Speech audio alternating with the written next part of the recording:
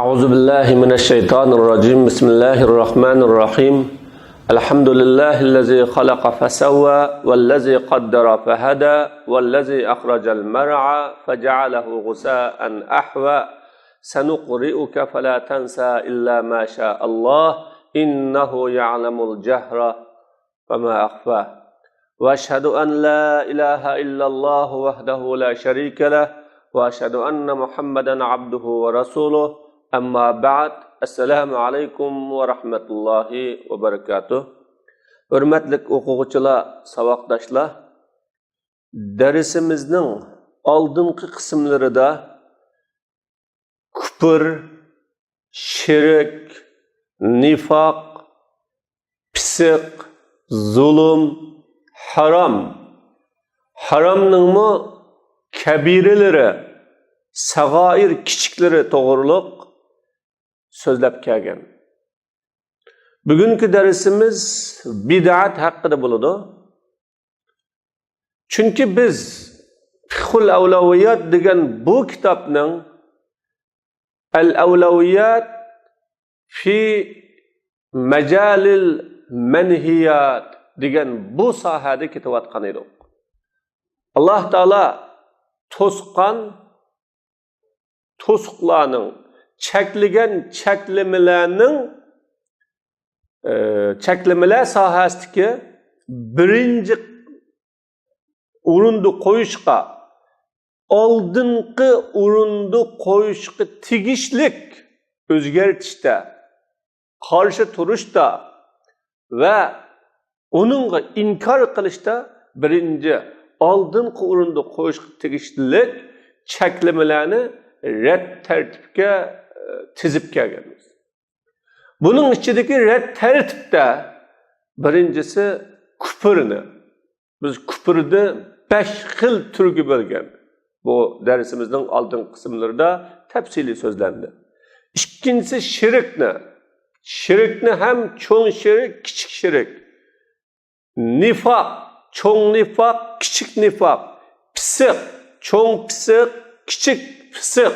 Bu haqida so'zlagan edik.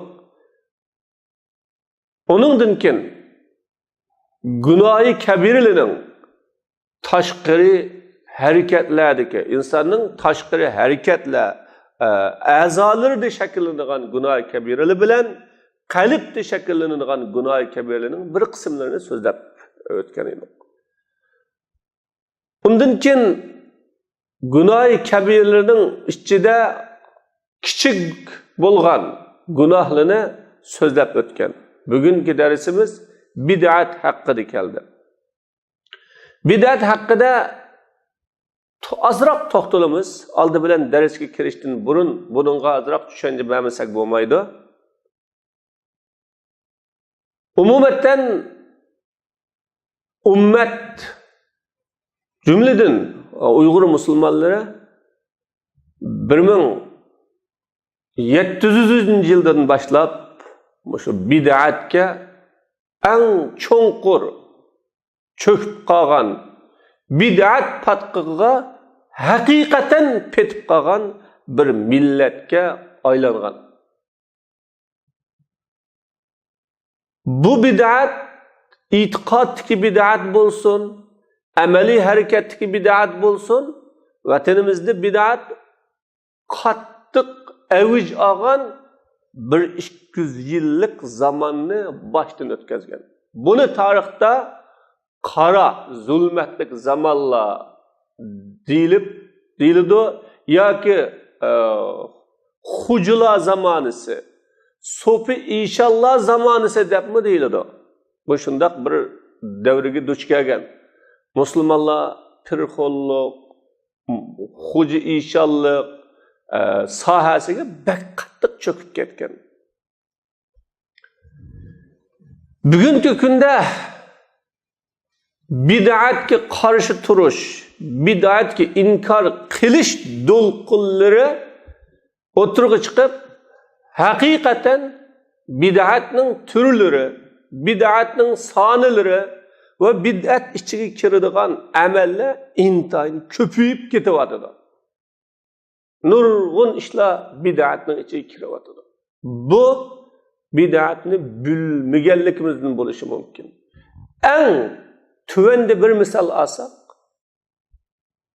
bid'atlarning ichiga hatto to'ylarda bag'aq taqib turib to'y qilish bu bir bid'at. Rasulullohning zamonida qilmagan ish diginiga o'xshagan doiragacha kengayotdi.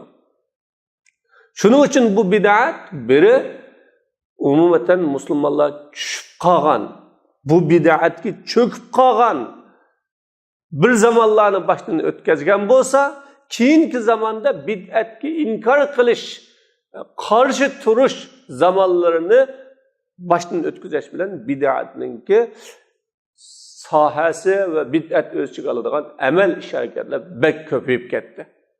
Islom dunyosiga qaraydigan bo'lsak, ma'lum bir zamonlarda bid'atchilik umumatan asma sifat haqida o'tirg'i chiqdi. Allohning ism sifatlari haqida o'tirg'i chiqdi. Yeni bir zamonlarga kelgan vaqtda bid'atchilik ibodatda o'tirg'i chiqib, duo, istig'osa, zabh, nazr, tavakkul, xushu xudu, g'ayibni bilish diginiga o'xshagan bu sohalarda umumatan o'tirg'i chiqdi. Yeni bir zamonlar kelgan chaqda faqat tashri'dagi bid'atchilik o'tirg'i chiqdi. Ammo har bir zamondagi bid'atga qarshi chiqadigan, bid'atga inkor qiladigan tavhidchi ulamolar ham billa o'tirg'i chiqib, ular bid'atga inkor qildi. Lekin bu bid'atga inkor qilishda bid'atning sohasi ko'payib ketdi. Çünkü bizning bugungi zamonimizda bid'atning sohasi intayin ko'payadi. Ammo bu bid'atlarni tunishimiz lozim. Birinchi zodi nimalar bid'atning qatoriga kiradi? Qaysi ishlar bid'atni o'z ichiga oladi? Buni obdan yaxshi tunishimiz lozim. Bo'lmasa bid'at emas bo'lgan, urfiy bo'lgan masalalar, urfiy odatga aylanib ketgan masalalar yoki shariat o kadar inkor qilmaydigan bid'atlarni inkor qiladiganning sohasiga akirib inkor qiladigan ishlar kelib chiqadi ekan. Shuning uchun bu bid'atni yaxshi tunish lozim. Ya'ni sen inkor qilmoqchi bo'lgan narsani oldi bilan shariatdagi o'rnini va uningga qarta mujtahid, faqih ulamolarning so'zlarini hammani to'liq bilgan va egallagandan keyin inkor qilish lozim. Bid'at haqidagi gap so'zga kirsak, bu umumatan bepoyon dengizga kirganga o'xshash ish bo'ladi. Chunki bid'at ikki qismga bo'linadi. Bid'at e'tiqodiy, bid'at amaliy deb. Ya ba'zanlar bid'atni ikki qismga bo'lib, bid'a hasana, bid'a sayyi'a degichlar bor. Buningga inkor qiladiganlar bor. Bid'atning ikki qismi bo'lmaydi. Hasana, sayyisi bo'lmaydi deb. İmam Navaviy bid'atni 5 turga bo'layotgan. 5 turga bo'lgan. Buningga inkor qiluvchilar bor.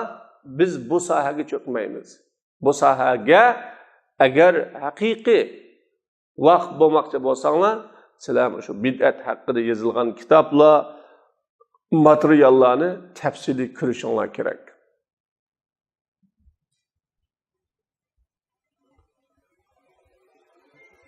El-bid'ul i'tiqadiyyah vel amaliyah. İtiqadi bid'atlar, amaliy bid'atlar. Bu ikkiga bo'linadi. Xuddi iymon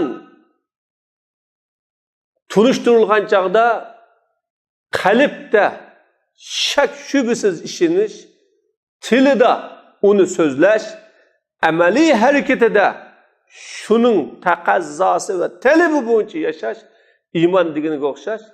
Bu bid'at ikki xilga bo'linadi. E'tiqodiy bid'at, amaliy bid'at. E'tiqodiy bid'atning ichiga kufrmi kirib ketadi. Chunki islom kufrga ruxsat qilmagan. Shirkmi kirib ketadi. Nifoqmi kirib ketadi. Zulüm mü kirip ketidi? Çoğun zulüm, milletten çıkarıp ötediğin nifak bu mu kirip ketidi? Yani itiqadi bid'atning içinde küfür, şirk, nifak bular hammasi kirib ketadi. Bu itiqadi bid'at. Buning ichiga kommunizm mi kirib ketadi, sotsializm mi kirib ketadi. Har qanday küfür, itiqad, küfür, mazhab, küfür, qimmatlar hammasi bu itiqadi bid'atlarning ichiga kirib ketadi. Alloh uni yo'l qo'ymagan. Amaliy bid'at uning egisi millatdan chiqib ketmaydigan, dindan chiqib ketmaydigan, ammo şeriatda yo'q bo'lgan, shariatda asosi bo'lmagan ishning birini shariatga bo deb chaplab turib qilib olgan bu bid'atlar. Ammo buning gunohi gunoh ma'siyatdan xatar ig'ir. Chunki gunoh ma'siyatni qilgan odam o'zini xatolashdim, islom cheklagan ishlarni qilib soldim deb özünün yürükide bir içiş, azaplanish ve qilgan qilmishidan pushmon qilish maqsadida turadi. Ammo bid'atkarda uning bilan Allohga yaqinlashdim, taat ibodat qildim, savobli ish qildim deganligi uchun u pushmon qilmaydi, suyunadi, qo'shiladi, balkim ularni boshqalarni unga chaqiradi. Shuning uchun bu bid'atninki xatiri har qanday manhiyotlarning xatiridan ig'ir va yomon. Shunga islom bid'atga intayin qattiq qarshi turgan bu bid'atlarga itiqodiy bid'atlar bo'lsin, amaliy bid'atlar bo'lsin. Bu haqda Alloh subhanahu va taolo nurg'un oyatlarda, Rasululloh sallallohu alayhi vasallam nurg'un hadislarda so'zlagan. Bunu tüvenli deyimiz. Bugün dersimizin mezmurga emdi kileyle ve yulhaqu bil maasi huna ma urifa fi'ş şer'i bi ismil bid'a ve hiye ma ahdasahu'n nas ve ihtara'uhu fi emri'd-din sawa'un kanat bid'an i'tiqadi ve hiyellati tusamma bid'al aqwal am bid'an amali ve hiyellati tusamma bid'al aqwal. Günah ma'siyatliga, jinoyatlarga qetib qo'yiladi bu yerda. Shariatda bid'at degan nom bilan tunilgan ishlarni buning qilib qo'yiladi. Bu jinoyat qat'iga kiradi bu. Garchi u bid'atning egasi uni ibodat, taqvolik, Allohga yaqinlashadigan amal deb da'vo qilgan bo'lsa-mu, ammo u shariatning nuqtasidan qaraganda ma'siyat qatoriga, ya'ni jinoyat qatoriga kelib ketadi. Bu yerdagi ma'siyat, kufr, shirk, nifoq hammani o'z ichiga oladi. Hammasi bir nuqtadan ma'siyat. Bu bid'at degan uni insonlar paydo qilib olgan yangidan va uni din ishida yolg'ondan to'qib olgan ishlar bid'at. Mayli bu bid'at e'tiqodiy bid'at bo'lsin, o shunday bir bid'atki uni aqval bid'ati deb ataladi yoki amaliy bid'at bo'lsin, uni ish harakatdagi bid'at deb ataladi. Ha, bu shu bid'atning qatoriga kelib ketadi. Va hiya naw'un min al-muharramat yaxtalifu an al-ma'asi al-'adiyya. Bu bid'at haram qilingan ishlarning bir turi, muharramatning turiga kirib ketadi. Bu odatdagi ma'siyatlardan farqlanadi. Uning o'xshamaydi, odatdagi ma'siyatlarga o'xshamaydi bu bid'at. Nima uchun? Chunki bid'atni qilguvchi u bid'at bilan Alloh subhanahu va taologa yaqinlashadi va u bid'atni qilguvchi bid'ati orqali Allohga itoat qiladi, Allohga qulchilik qiladi deb o'ylaydi. Mana bu u bid'atning xatiri bu. Dal mishada. Maqsadi men Allohga yaqinlashaman degan. Mushu bid'atni qilish bilan Allohga bo'ysunaman va qulchilik qilaman deydi. Boshqa jinoyatchilarda men xatolashdim degan nuqta bilan qilib solgan bo'lsa, buningda dal xatolashdim emas, yaxshi ish qildim degan nuqta bilan xatolashadi. Buning cho'ng farqi bor. Wal bid'atu takun imma bi'tiqad khilaf al-haq allazi ba'asallahu bihi rasulahu ve anzala bihi kitabahu. Bid'at tüendikidek buludu. Ya Allah onun bilen peygamberini avatken, onun bilen kitabını düşergen hak ba, hakның xilafını itiqad qilishlik bilan buludu. Mana bu itiqadi bid'at yoki qavliya bid'at deymiz. Bu bid'atning kelish sababi Allah subhanahu va taologa ilimsiz deganlikdan buludu bu bid'atning kelish sababi. Bu muharramatlarning, haram qilingan ishlarning eng cho'ngi. Belki o İbn Qayyum degandek eng kattasi muharramatning kattasi. Allah subhanahu va taolo degandek Qul innama harrama rabbiyal fawahisha ma zahara minha wa ma batan wal isma wal baghya bighayril haqq. Nabi Muhammad aleyhissalatu vesselam faqatlam mening Rabbim fahişelerini haram qildi. Yani onundan aşkara bo'lgan, yushurun bo'lganlarni haram qildi. Fahisha degan oningki şeriatda cheklangan hem sağlam aql yomon ko'radigan, xolamaydigan, hammasi ses sanaydigan bundaq ig'ir gunohlarni fahisha deymiz. Onundan aşkara bo'lganlarni mayli insonlar orasida o'tirg'i chiqqani bo'lsin, kishilar uni oshkor qilg'ining orasida oshkor qilg'ini bo'lsin, yoki yushurun maxfiylari bo'lsin, odamlar yo'q yerda bo'lsin, yoki oshkora a'zolari bilan shug'ullanadigan bo'lsin, yoki niyatida o'ylaydigan, niyatida shundoq niyatni qiladiganlari bo'lsin, buning hammini harom qildi deb Alloh taolo bu yerda bayon qildi. Bu fawahish ma zahara minha va ma batandan biri aşkara ameller, biri yushurun niyettikilarni. Xuddi shirkni, kufrni, niyet qilg'ini o'xshash, Allohga tinish, inkor qilish, masalan, Alloh subhanahu va taoloning dinini yomon ko'rish, dushman tutish yoki musulmonlarga o'chmanlik qilish, buni qalbida saqlasa, bu ham harom. Gunohni Alloh harom qildi, Rabbim harom qildi. Nahaq zulm qilishni harom qildi kishilarga. Allah subhanahu va taologa va Alloh taolo hujjat tuyg'izmagan narsani shirk qilishlikni harom qildi. Shirk nima? Allah muharramatning qatoriga kirgizdi va Alloh subhanahu va taologa sizlar bilmagan narsalarni deyishinglarni harom qildi deydi. Alloh taolo biz bilmagan ustidan biz bilmagan narsani deyish bu harom. Alloh taolo biz deyishga tegishlik bo'lgan taraflarning bayni özünün kitabıda bizge bayan qilib berdi. Özünün sözüde bizge onu uqtirib berdi. Allah Taala üstüden deyishga tegishli ishlarni bayni. Ama Allah subhanahu va taoladan masalan Allah özünü sifatlagan sifatlarni inkor qilish, ya o sifatlarni ta'vil qilish, ya o sifatlarga biror narsani qo'shib qo'yish masalan. Bu ham Allah subhanahu va taolaning ustiga Allah demiga Allah ustiga bilmaydigan narsani deganlik bo'ladi.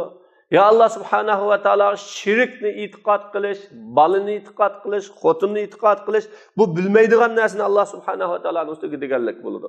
Mana Allah bu yerda bilmagan narsani Alloh taoloning nomidan deyish deb bu yerdagi e'tiqodiy bid'atlarni buning qatoriga kirgizyapti.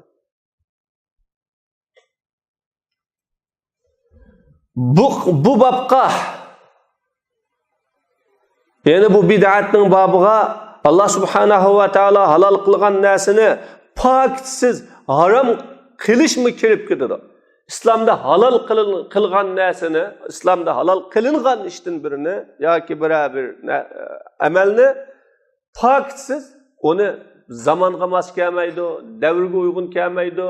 Ya bu hozirgi jahonda bu munosib emas deb uni cheklab, to'sib, onunla qarşılık qilib, ya onu o'zgartib qilish, mana bu bid'atlarning ichiga kirib ketadi.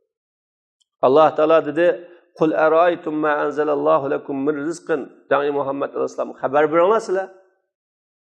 Allah subhanahu va taolo sizlarga tushgan rizqdan xabar beringlar. Sizlar uningdan harom, halolni qildinglar ya. Deb bo'lib, Dani Muhammad alayhisalom Alloh ruxsat qildimi sizlarga, ya Allohga yolg'onni to'qib atamizlar dedi. Allah Taala o'zi tushirgan rizqni harom, halol, qonunsiz qilish, yeyish, ichish, iste'mol qilishga buludu, bo'lmaydi deyish bu Allohning huquqi.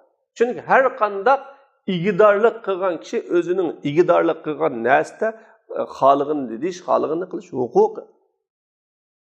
Sizlar uni o'zinglar chaqlab, o halol, bu harom da'vatsizlar. Allah ruxsat qildimi shunday hukm qilishga, shunday so'zni chiqarishga, shunday uning ustiga tamg'u besishga, yo o'zinglar Allohning ustidan yolg'onni to'qivatamizlar deb Alloh bu yerda bayon qildi. Demak, bu halol haromlik masalasi bugungi kunda qonunlik, qonunsizlik masalasi bu Alloh taolaning huquqi. İnsan bunu o'zgartirmaydi va almashtirolmaydi. Ammo o'zi bir narsani harom, bir narsani halol, birisi qonunlik, birisi qonunsiz deb cheklagan bo'lsa, yo o'tirib qo'ygan bo'lsa, bu Alloh subhanahu va taologa tuhmatni, yolg'onni to'g'gan bo'ladi. Alloh ruxsat qilmagan narsaga o'zi yo'l ochgan bo'ladi. Mana buning ichiga bumi kirib ketadi. Qaysqa o'sha i'tiqodiy bid'atlarning ichiga, ya'ni hokimiyat shirki, tashri' shirki bu i'tiqodiy bid'atlarning ichiga kirib ketadi. İmma an takuna bitta'abbud lillahi ta'ala bima lam yashra'uhu min al-awda' var-rusum al-muhdasa fid-din. Ya sen Allah subhanahu va taologa qulchilik qiladigan bo'lsa, Allah yo'li qo'ymagan narsa bilan, masalan, dinni yangidan paydo qilingan qoida yusun, urf-odatlardan iborat bu narsa bilan Allohga qulchilik qilgan bo'lsa, andaki Allah Teala emlahum şuraka ve şera'u lahum min ad-din ma lam ya'zan bihillah. Ularning şirkleri bağmı dedi Allah Teala. O şirkleri ulağa dindin, onunğa Allah ruhsat kılmagan narsini yolga qo'yib beradigan, Allah Teala'nın dinida ruhsat bo'lmagan, Allah'ın dinida cheklangan ishni qonunliq qilsangiz bo'ladi deb yolga qo'yib beradigan, ular onun yolga qo'yib bergani bo'yicha ergishib bu qonunlikni, yo'llikni qilsak bo'ladi deb mangadigan bir shirkleri bormi dedi. Demak, dinning xilofida bir kishi bu bid'a, bu harom, bu halol, bu yo'llik, bu yo'lsiz, bu qilsak bo'ladi, qilmasak bo'lmaydi degan belgilemelarni chiqish orqali belgileme qilib bersa, şu belgilegen belgilim, şu qoida yusun bilen Allah Teala'ga qulchilik qilganlik bu mu bid'atlarning ichiga qatori kiradi. Hadisda ba iyyakum ve muhdasatil umur, sizlar ishlarning yangidan paydo bo'lganlaridan bak saqlaninglar. Haqiqatan har qanday bid'at azg'unlik dedi Rasulullah. Men ahdasa fi amrina haza, kim bizning bu ishimizda, ya'ni din ishimizda u din bo'lmagan narsani paydo qilsa, u rad qilinadi deb Rasululloh bu diniy ishlada dinga chaplab turib, bog'lab turib, buni ibodat, buni taqvolik, buni qilsa savob bo'ladi, ma'ni qilsa Alloh taolo ajr beradi deb paydo qilgan bo'lsa, u din tarafidan rad qilinadi deb Rasululloh buning qabul bo'lmayotganligini bayon qildi. Yuqorida deganimizdek bid'at umuman ikki turlik bo'lib, mayli e'tiqodiy bid'atlar bo'lsin, mayli Alloh subhanahu va taolo yo'liga qo'ymagan dinde yangidan paydo qilingan qoida yusun, urf-odatlar bilan ibodat qilishlar bo'lsin, hammasi bu bid'at bu. Bumi shu ma'siyatning ichiga qatoriga kirib qoladi. Buningga inkor qilish, uni to'sish, uni o'zgartirish lozim. Vel bid'atan kema qala al-allama ibn al-qayyim mutalazimatan qalla an tanfakka ihdahuma an al-ukhra kema qala ba'duhum tazawwajat bid'atul aqwal bi bid'atil a'mal fashtaghala az-zawjan bil 'urs. İşkili bid'at, itiqadi bid'at, ameli bid'at Allama ibn Qayyum deganidek bir-biridan ayrılanmaydı. Bir-biriga chaplash. İkisining biri yana biridan ayrilishi bek az. Asasen ayrılmaydı. Qanda ularning ba'zi deganidek aqval bid'ati, ya'ni itiqadki bid'at, amel hareketdagi bid'at bilan to'y qildi.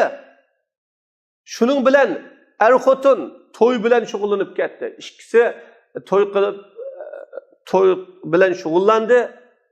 Natijada ularga, o'sha er-xotinga tuyuqsizlar zinoning bolalari tug'ildi. O zina bolaları İslam devletlerinde buzg'unchilik qilgan zina bolaları tug'ildi. Mana bu bolalardan bandalar, shaharlar Allah subhanahu va taologa dard to'kib yalvuryotdi. Bizni bularning zulmidan, bularning eskilikleridan qutqarsa. Bu söz kinoyi söz bu.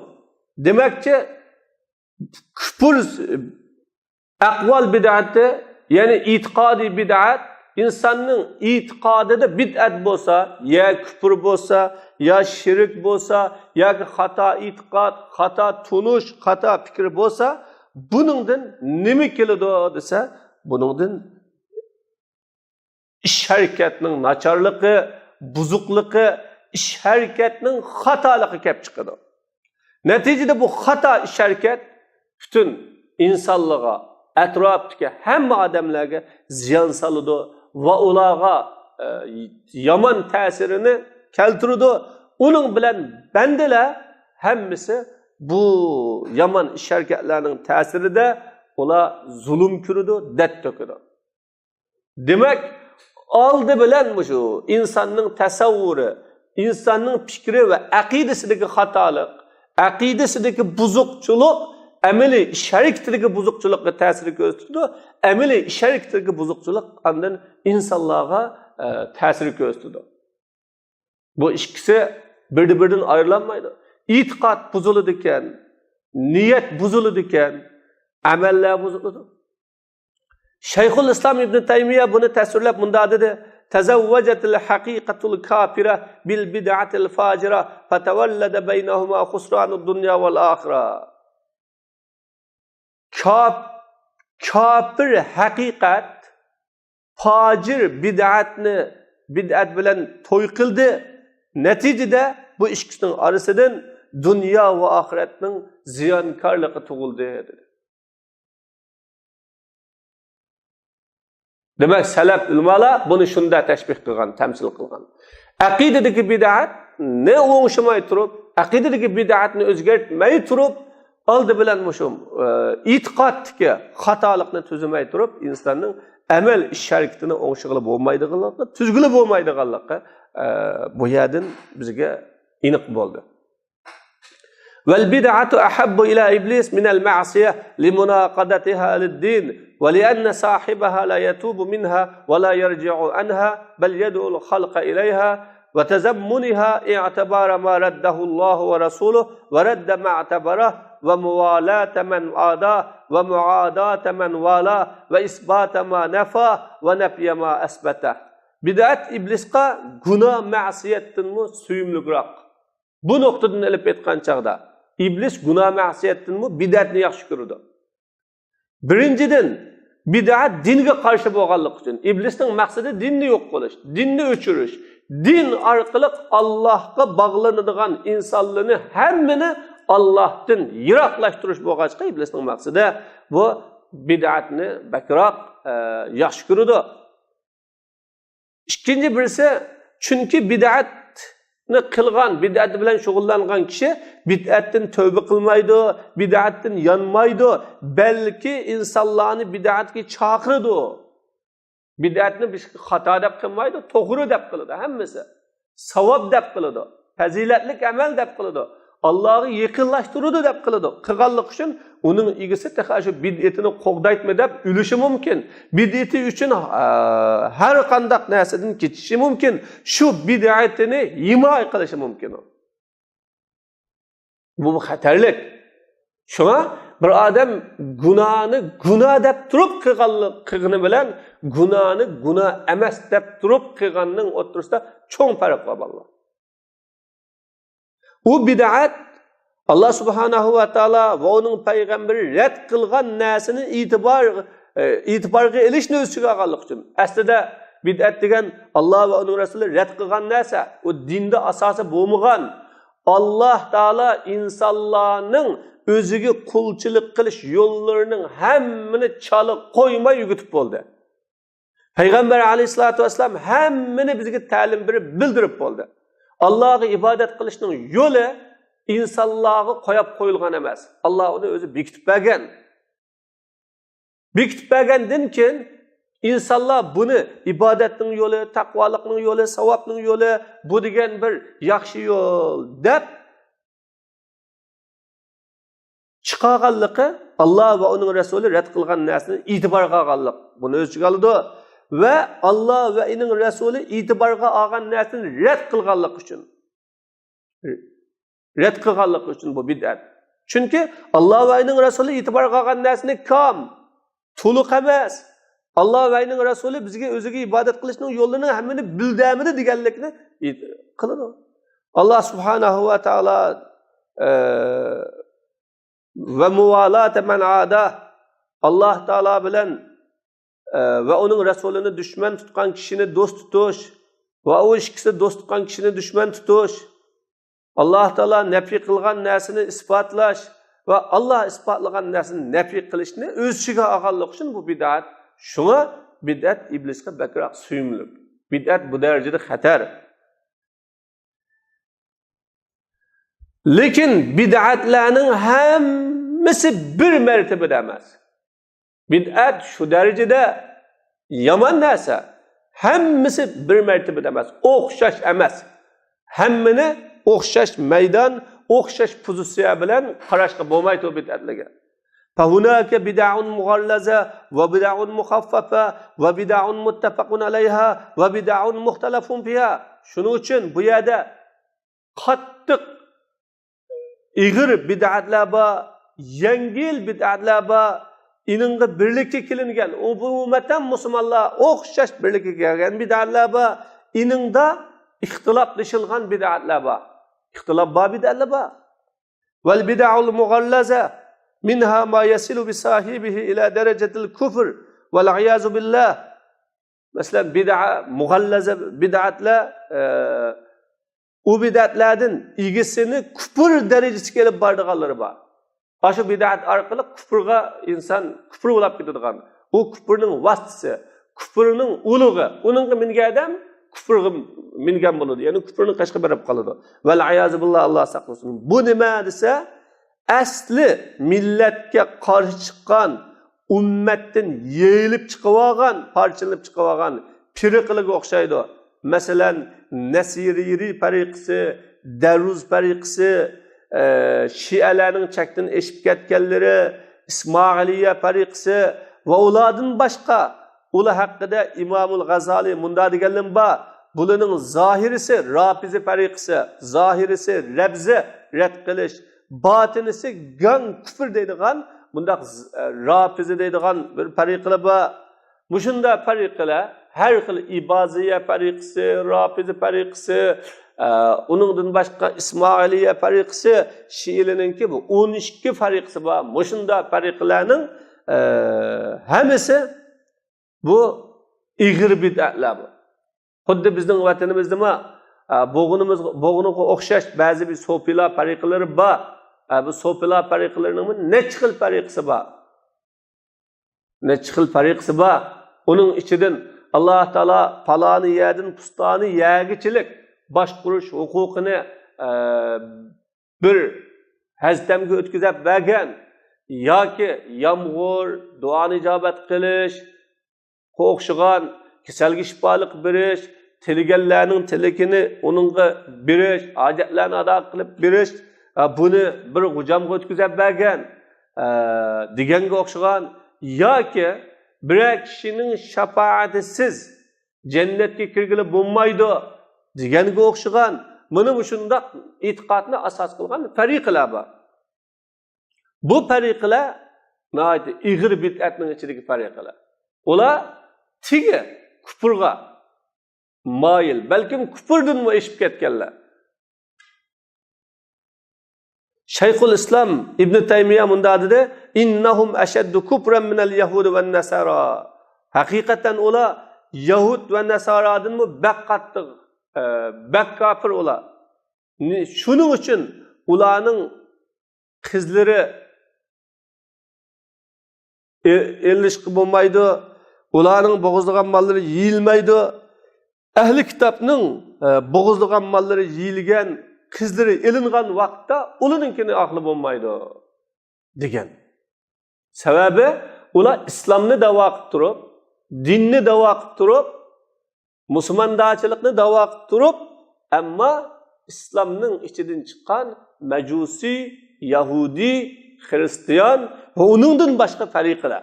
Bugungi kundagi o'zining islomni da'vo qiladigan, ammo kufrga ishlaydigan, kufrga setilgan bir butun uning olgan vazifasi kufrni yo'q, islomni yo'qotish, kufrni rivojlantirish, musulmonni parchalash, kufrni taraqqiy qildirish asosi ustiga qurilgan mazhablar, jamoatlar mana buning ichiga kirib ketadi, buniki e'tiqodiy tariqalarning ichiga. Va hunaka bid'un g'aliza, bu yerda ig'ir bir bid'atlar bor. Lekin o bid'at igisini kufrga ilib bormaydi. Faqat uni fasqlik qilib boradi. Bu fasqlikmi e'tiqoddagi fasqlik, ish harakatdagi emas. Ba'zi bunda bid'atkardi, odamlarning namozi eng jiq, ro'zasi eng ko'p, tilovati ko'p bundalar xavorijlar bo'g'inidek yahqiru ahadukum salatahu ila salatihim, sizlarning biringlar o'zining namozini ularning namoziga qarab, ro'zasini ularning ro'zasiga qarab, qiroatini ularning qiroatiga qarab tuvan ko'radi, oz ko'radi dedi Rasululloh. Ularning o'qigan namozlari, ro'zalari, qiroatlari shundoq ko'p. Tashqi ko'rinishda shuncha taqvo. Musulmonlarning oldida hozirda ko'rinadigan, lekin ularning ofati yurikida emas, balki aqlida va ularning qatmonligida, mutaassibligida, hattoki ular islom ahlini o'ltirdi, butparastlarni qo'ydi dedi payg'ambar alayhisalom. Musulmonga qarshi chiqib butparastlarni qo'yib qo'ydiganlar. Bugungi kundagidek bir turkum odamlar bor. Bizga kofirdanmi, munofiq yoki saxta musulmon, ularning nazarida saxta musulmon yomon.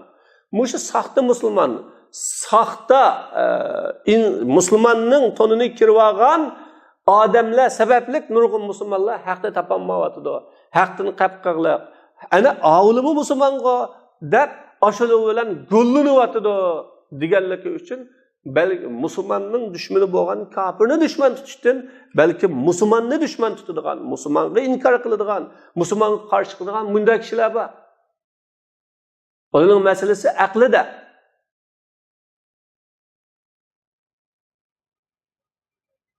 Mana bu xavorijlarga o'xshash. Bu kimlar bu xavorijlar bular? Umuman xavorijlar ahli islomni dushman tutadi va butparastlarni qo'yadi. Kofirga qarshi chiqmaydi. Bu xavorijlarga o'xshash nurg'un rofizilar, qadariylar, mu'tazilalar va nurg'unlagan jahmiylar bor. Ular bu jahmiylikda chakdan oshganlar emas. Ibn Qayyum deganidek. Mundalimi bor. Bu fariqalarga har biriga kirsak, bularning e'tiqodi nima? Ozgan taraflari qaysi taraflardan ozgan, tutib mangan yo'lichi, islom ummatiga keltirgan ziynichi, qaysi zamonlarda yashagan, bugun ularning ta'siri bormi yo'qmi? Bu taraflarga kiradigan bo'lsak, bu dengizdek bir keng sohalar bu. Mana shularning e'tiqodidagi bid'atlar, amalidagi bid'atlar bir-biridan farqlanadi. Bu yerda yengil bir bid'atlar bor. U bid'atga ijtihodga xatolik olib borgan yoki shariatdan dalil ilishib ketish olib borgan bir bid'atlar bor, yengil bid'atlar. Bu ma'siyat babida kichik gunohlarga udul qiladi bu. Ma'siyat babidami kichik gunoh kechirim qilinadi degan shu bid'at babida bu ijtihodga xatolik sababli yoki dalil keltirishdiki ilishib ketish sababli olib borgan bir yengil bid'atlar bor.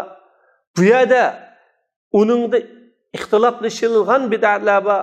uni bir turkum kishilar e'tirof qilgan bid'at emas deb bekitgan, uni yana birlar inkor qilgan bid'at deb payg'ambar alayhisolatu vasallamga bilan vasila qilgandek payg'ambarni vasila qilish, Allohning bandalaridan solihlarni vasila qilish duolarida buningga o'xshagan. Mana bu amalning masalalari, tarmoq masalalar, aqida va usuldagi masalalar emas. İmam Hasanul Banna deganidek, bu İmam Muhammad ibn Abdul Vahhabdan naql qilingan. Bu payg'ambar alayhisolamni vasila qilish, solihlarni vasila qilish, bu masalalar bu faqat amaldagi bid'at, pur bid'at, ya'ni shaxsiy bid'atlar, aqidadagi va usulul dindagi bid'at emas deb hammasi buni e'tirof qilgan. Hamda buni ba'zilar bid'at desimi. Mana shuningdek ibodatga ching turib olish, ba'zi davomli ruzuxon bo'ladigan, ba'zi Qur'on tilovatchi bo'ladigan, ba'zi zikr tasbihchi bo'ladigan, ba'zi bir so'rindan ayrilib rohiblikni o'ziga shakllantirib qiladigan, bu bid'atning ichiga kiramdi, kirmamdi, bu xil bid'atlar bor. Demakki, bid'atlarning hammasi bir saviyada, bir darajada emas. Bid'atchilarning hammasi shuningdek emas. Balki bu yerda bid'atga chaqirtganlar o'zi bid'atchi, tobi, boshqalarni chaqirmaydiganlar bor. Ammo har biriga bu ikkisining hukmi bor. Mana buningga qarab muomala qilishimiz lozim. E'tiqodiy bid'atlarga, amaliy bid'atlarga va uningdan boshqa eng ig'ir bid'atlar, uning tuvandiroq bid'atlar, yengil bid'atlar, bir turkum kishilar bid'at degan, bir turkum kishilar bid'at demagan bu xil sohalardami, bid'at maydonidami cho'qim uni tunish, bilish lozim va uning ichidagi avlaviyatlarni tushunish lozim. Qaysi bid'atga baldur inkor qilamiz?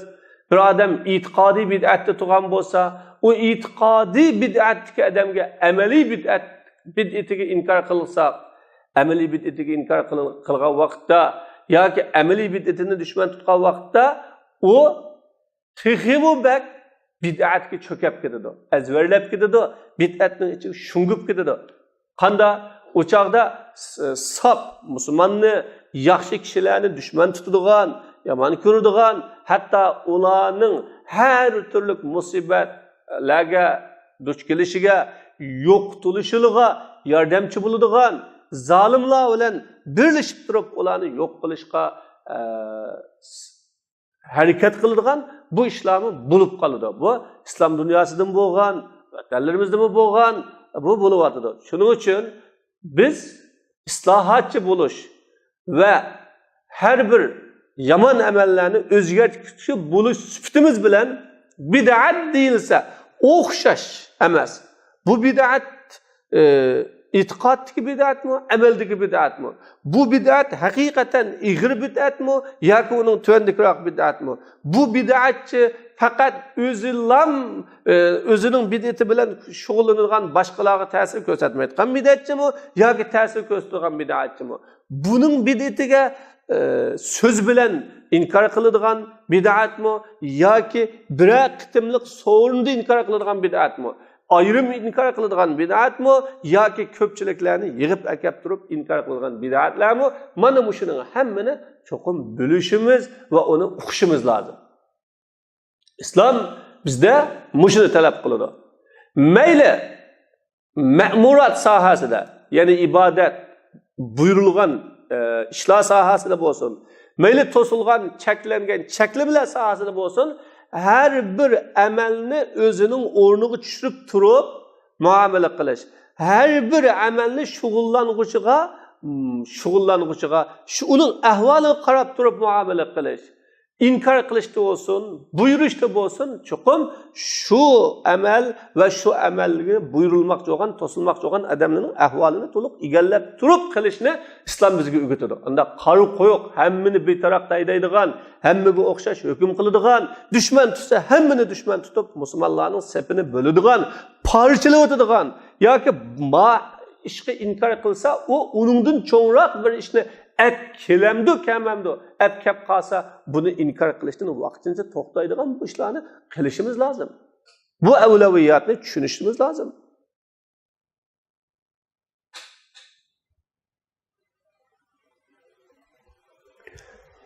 Eş-şubuhat, şübheler.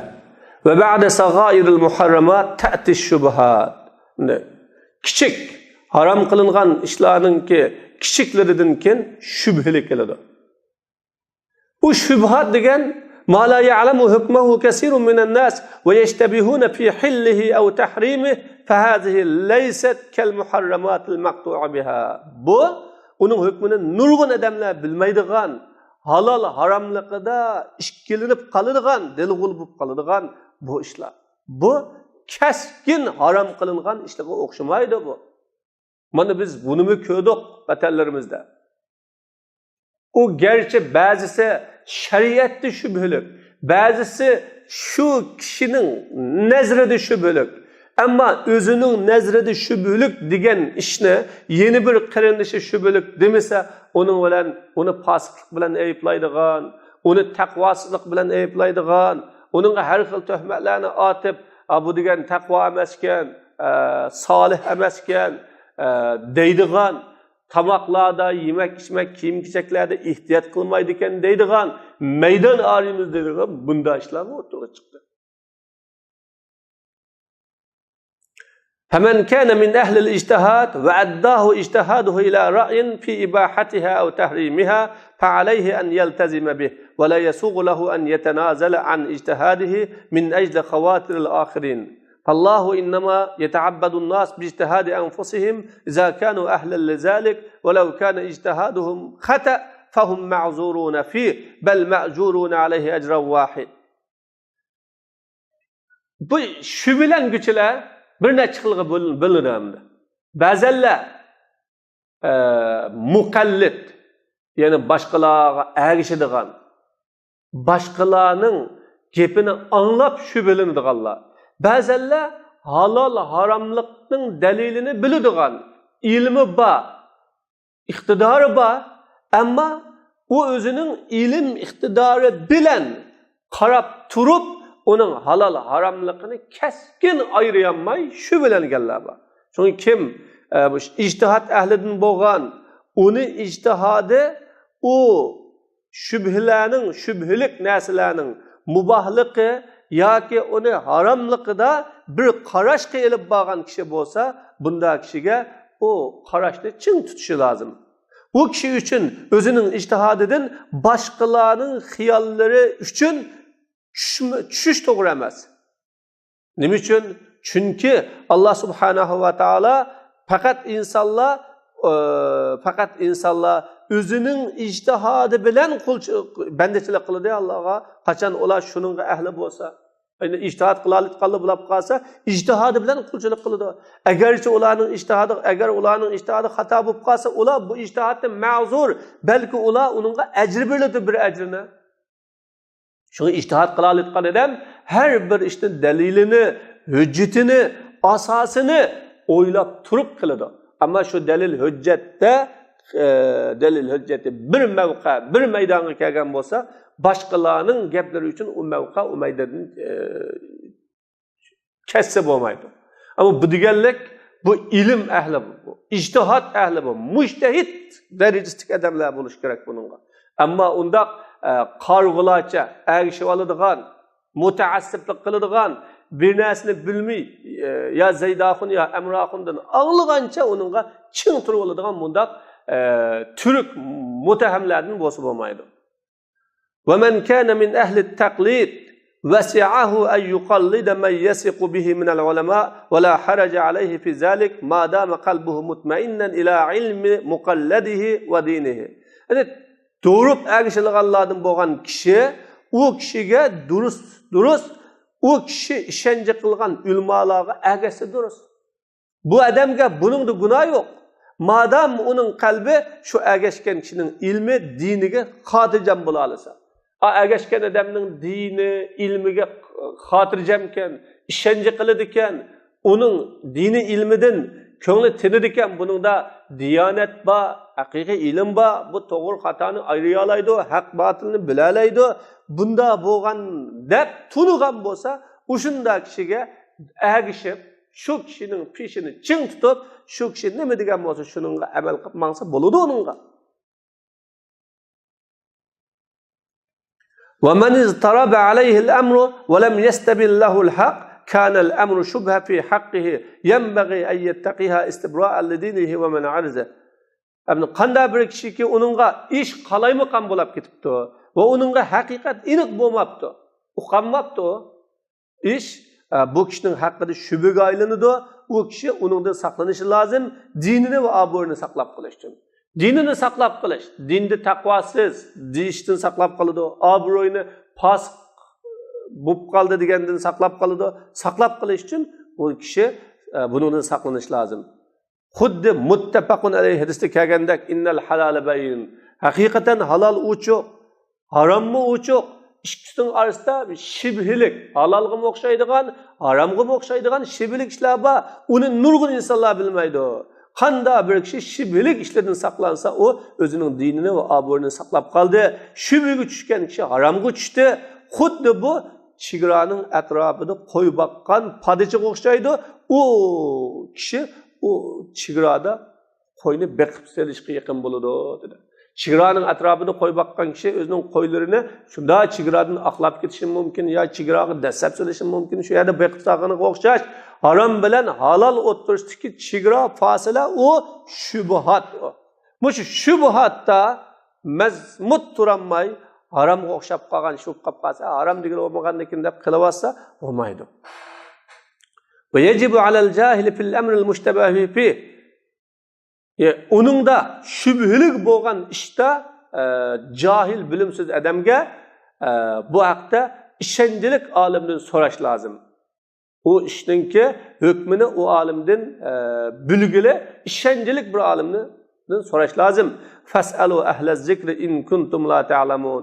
Sizlar zikr ahlidan so'ranglar agar bilmasanglar deb Alloh bayon qildi. Demek bir yerde bilmegenlerini bilitkallardan soranglar dedi. İslam bununla buyurdu. Hadiste mi ba?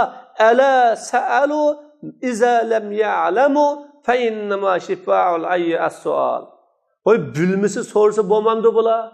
Bilenmese, uqanmasa sorsa bo'lmamdi. Fakat acizlikning şifası, nadallıkning şifası so'rashdi diyor. Bilenmeslikning şifası so'rashdi diyor.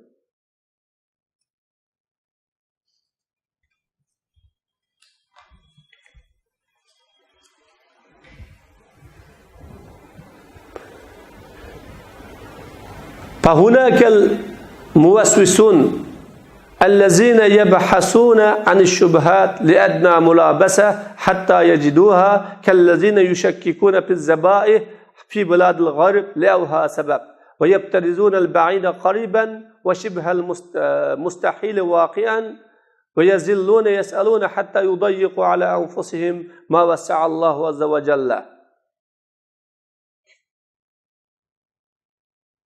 İnsanlar şübhülük işlerine karşı meydanında hakikaten farklı. O şübhülük işte karşı bu meydanda hakikaten farklı.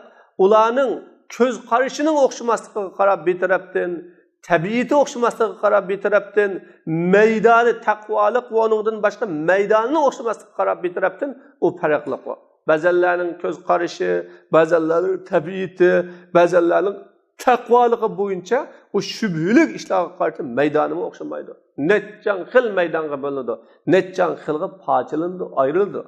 Demek bu şübhülük iş çigara, Müslümanların ortasında çigara, Müslümanların arasındaki fasile bu insanın takvalığı bilen takvasızlığının ortasında ayrıp birdiğen bir mesele bu.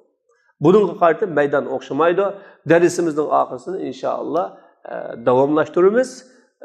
Bu dersimizin ahırsı da bugünkü dersimizin ahırsını tuluk yürütümüz inşallah. Selamun Aleyküm ve Rahmetullahi ve Berekatuhu.